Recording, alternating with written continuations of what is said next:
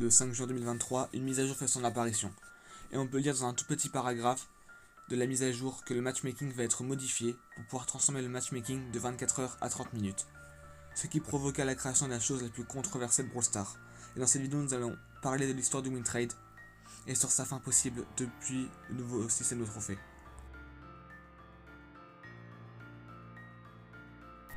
Avant même que le WinTrade apparaisse, il y avait une autre forme de ce type de jeu, une forme que vous connaissez tous et que vous avez déjà tous sûrement pratiqué.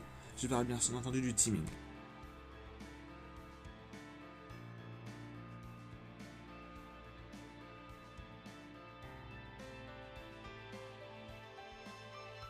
Le teaming est vraiment la chose la plus simple à faire sur Brawl Stars, car il vous suffit de tourner sur vous-même et vous pouvez trouver des coéquipiers. C'est tellement simple que même à la bêta du jeu, des gens teamaient déjà.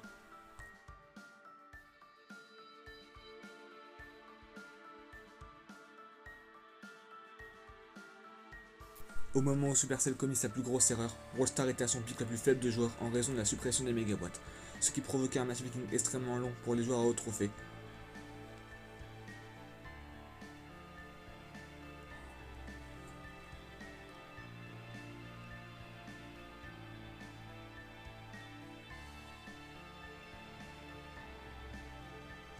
Et oui, vous ne rêvez pas, plus de 50 minutes pour trouver seulement une game.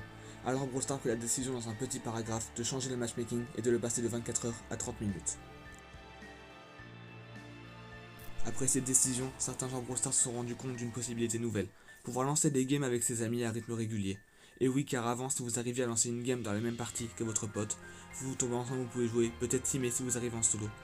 Et pour faire une équipe, donc c'était drôle, vous pouvez le faire qu'une fois toutes les 24 heures à cause du matchmaking. Mais depuis le matchmaking de 30 minutes, c'était beaucoup plus simple à répéter.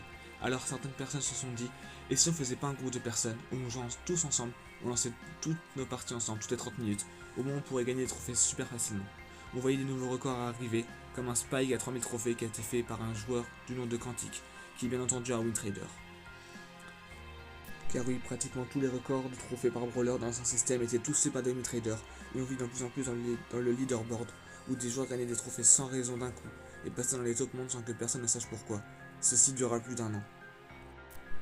Et oui, 1 an de triche abusive qui détruit tous les records du monde et le leaderboard. Et cela dégoûte la plupart des joueurs à jouer à ce jeu. Voilà quel était le fléau de Brawl Stars. Brawl Stars a annoncé une des plus grandes mises à jour du jeu, la modification des rangs. Ce qui signifie qu'à partir de là, tous les rangs se feront de 20 trophées en 20 trophées, et le matchmaking des joueurs se fera de 20 trophées.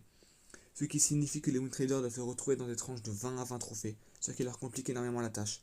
De plus, les rangs max se trouvent à 1000 trophées, ce qui signifie que beaucoup plus de joueurs arriveront à l'atteindre. Le même à partir de 1000 trophées est confondu, donc le WinTrade devient quasi impossible.